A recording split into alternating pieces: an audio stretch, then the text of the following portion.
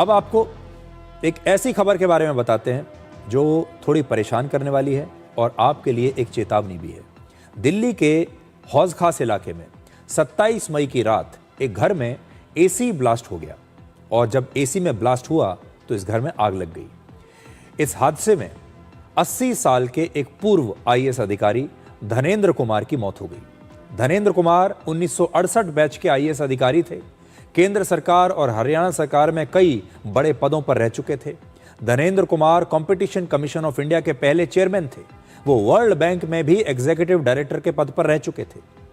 बहुत बड़े आदमी थे, बहुत कुशल प्रशासक थे।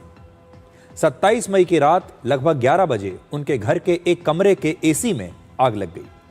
आग लगने के थोड़ी देर के बाद फायर ब्रिगेड की गाड़ियां वहां पर पहुंची, पुलिस भी पहुंची, लेकिन आग लगने की वजह से पूरे घर में तब तक धुआं भर चुका था।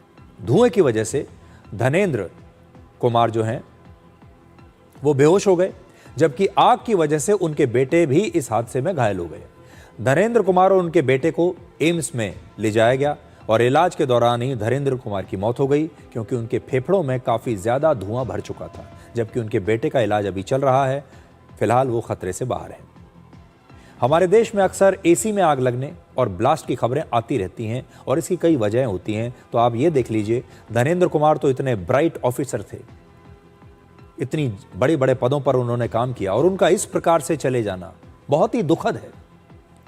तो आप जान लीजिए कि इसके कारण क्या होते हैं। पहला, गर्मियों में एसी लगातार चलता रहता है, जिसकी वजह से उसका कंप्रेसर ज़रूरत से ज़्यादा गर्म हो सकता है। कई बार यही ओवर हीटिंग धमाके और आग की वजह बन जाती है। दूसरा, एसी में मौजूद गैस अगर लीक होने लगे, इससे भी आग लग सकती है।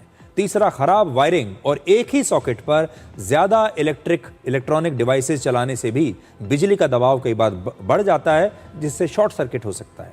चौथा, लंबे समय तक सर्विस न कराने पर एसी के फिल्टर्स धूल से भर जाते हैं। इससे एसी के अंदर बाहरी हवा ठीक तरह से नहीं पहुंचती और इसके बाद कंप्रेसर पर दबाव बढ़ने लगता है और इसकी वजह से भी आग लग सकती है। एक इतने ब्राइट पूर्व आईएएस अधिकारी का अपने घर में इस तरह से उनकी मृत्यु हो जाना बेहद दुखद है। आज हम आपको कुछ सुझाव देना चाहते हैं। पहला, एसी की नियमित रूप से सर्विस करवाएं, अच्छी जगह से अच्छे मैकेनिक से सर्विस करवाएं। दूसरा, पुराने एक्सटेंशन बोर्ड और सस्ते वायर का इस्तेमाल बिल्कुल ना करें। थोड़ा सा पैसा बचाने के चक्कर में अपनी जान खतरे में न डालें। तीसरा, एसी को लगातार ना चलाएं, दिन में कुछ घंटों के लिए उसे आराम दें, उसे बंद भी रखें। चौथा, घर में स्मोक डिटेक्टर और फायर एक्सटिंग्विशर जरूर लगवाइए। अक्सर लोग एसी को कमरे में चलाकर कई बार छोड़ देते हैं, ऐसा बिल्कुल ना करें और लगातार अपने एसी को मॉनिटर करते रहें।